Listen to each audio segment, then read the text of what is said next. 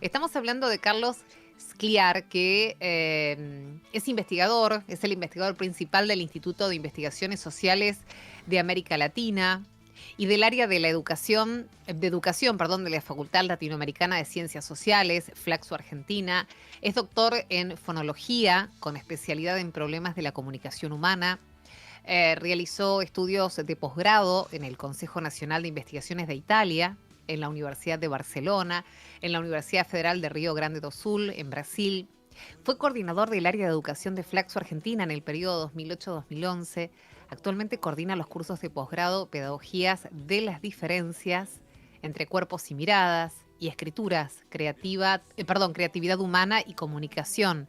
Todo esto en la sede argentina de la Facultad Latinoamericana de Ciencias Sociales. O sea, tenemos un grosso en el piso de aquellos. ¿Qué quiere que te diga? Para resumirlo, es lo más. No sé qué más decir y dejamos afuera un montón de cosas. Carlos, bienvenido. ¿Cómo estás? Hola Milva, muchas gracias. Yo a A veces vos. pienso que todo eso es más vejez que otra cosa, ¿no? Que eso No, se va es acumulando con el paso experiencia. del tiempo y ya está.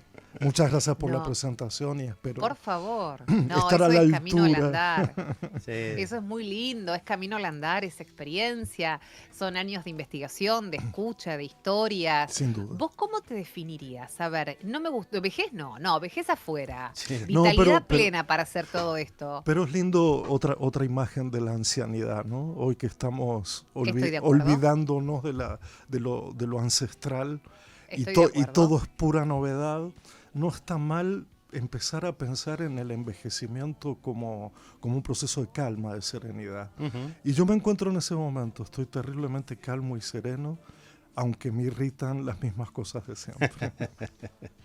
¿Qué cosas te irritan, Carlos? Bueno, la hipocresía, la mentira, la falsedad, la humillación.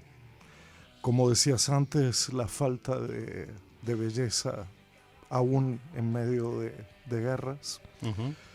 Decía el premio Nobel Albert Camus que él no quería olvidarse ni de la humillación ni de la belleza y que gran parte de su tarea consistía en mantener viva ambas cuestiones. Y creo que en educación pasa exactamente lo mismo.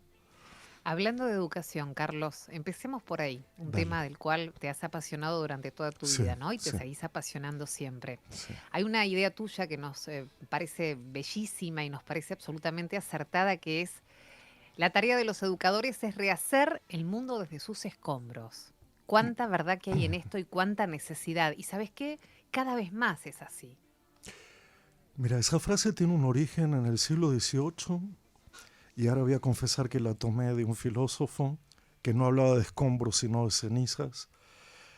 Siempre la educación tiene ese aspecto de resurgir, ¿no? De hacer resurgir vidas, infancias, identidades, culturas, conversaciones, temas, conocimientos. Pero básicamente creo que pasó en la pandemia que hubo un desmoronamiento de sistemas, de grandes sistemas de salud, de educación, de la política, y la educación otra vez tiene que hacer frente a un retrato que todavía no está terminado, del dolor, de la angustia, de las ausencias, de las separaciones, de 2 años de silencio, de la pérdida del aquí y el ahora, que es clave para pensar la educación.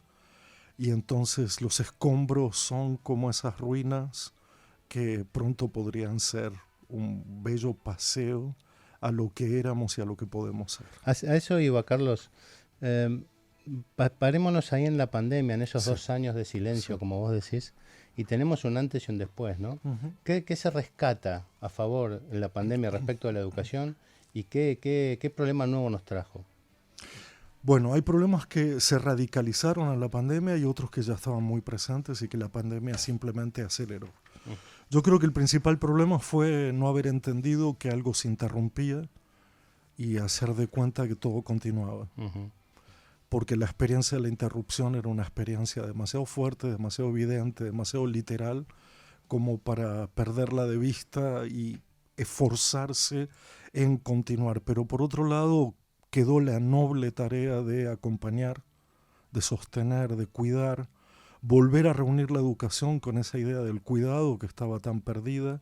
Volvemos al cuidado, ¿no? Volvemos al esa cuidado, palabra, sí. esa palabra. Que yo quisiera pluralizar y decir los Dale, cuidados, perfecto. porque nosotros venimos de una época que mucha literatura retrata como de imperio de los descuidos. Ajá. Descuidos del cuerpo, descuidos de la mujer, descuidos de la infancia, Del anciano. descuidos del anciano, descuidos de los relatos, descuidos Sí. de la mitología, descuidos del estudio, de la lectura. Hay tantos descuidos, descuidos violentos y descuidos más sutiles. Entonces creo que ahora, para recomponer, y creo que la educación en la pandemia lo mostró, los cuidados no pueden ser genéricos, no podemos hablar solo de un cuidado, de una política de cuidado, sino que hay políticas de cuidados que nos debemos en esta interdependencia que la pandemia mostró como nunca Sí, claro. en la historia reciente, ¿no? De Carlos. todas formas, perdón, Sí. No, por favor. no, estaba tratando de recordar que durante la pandemia ha habido muchos gestos maravillosos, muchos gestos de compañía, de compañía y de conversación. Pero creo que en el fondo el punto de partida, cuando volvimos a las escuelas, a las instituciones en general, no terminó por escuchar los relatos que los chicos, las chicas y los jóvenes tenían para contarnos. Hoy lo presencié una vez más en un instituto superior de formación docente, donde todavía queda esa palabra atragantada, ese silencio que no fue narrado todavía. Y yo creo que no hay recomposición si no volvemos a ese lugar donde todos, cualquiera, tengan una historia para contar y alguien que las escuche. A eso iba, Carlos, fuiste Ujú. llevando a vos mismo el relato hacia mi próxima pregunta, que parte de la idea de que cuando suceden determinadas cosas, se mueve todo y las cosas nunca vuelven al mismo lugar. Sí. Es muy difícil volver a ese status quo previo a la pandemia, por Ujú, ejemplo. Hay algo ujú. que nos pasó y que hizo un quiebre de paradigma, de vidas, de muerte, de un montón de formas que perdimos, de situaciones que nunca imaginamos tener que vivir. Sin duda. Entonces, ¿qué se toma de eso y cómo se sigue? Ese silencio que no se nombró. No podemos hacer de cuenta que no pasó nada, entonces retomemos y sigamos como antes, ¿no? No. ¿Cómo hacemos para dar nombre a ese silencio y a este nuevo estado de cosas?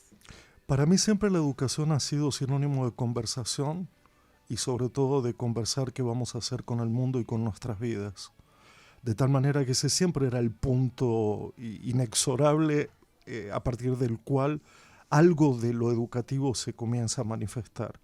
Lo que hace la pandemia, creo yo, es quebrar dos grandes ejes que la educación daba por sentado, daba mal por sentado, porque eso hay que hacerlo cotidianamente, que fue el aquí y el ahora como una reunión de tiempo y de lugar, que sin el cual no hay institución educativa. Hay internet, hay YouTube, hay Instagram, hay todo lo que quieran, pero las instituciones educativas no son eso, hay algo de su especificidad. Y su especificidad consiste justamente en que es un lugar y un tiempo del todo particulares. Pero por otro lado es el arte de la presencia. Y no me estoy quejando aquí de los formatos virtuales versus los presenciales. Estoy diciendo, la presencia es prestarle atención a lo que está cerca sin olvidarnos de lo lejano.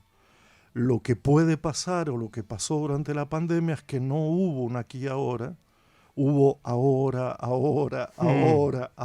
pero no hubo un aquí, cada uno estaba en un aquí particular, privado, en el doble sentido de la palabra. Y por otro lado, con las redes, con la idea de la virtualización educativa, con la escuela en la nube, digamos, la idea fue de alguna manera prestarle atención a lo lejano y desatender lo cercano.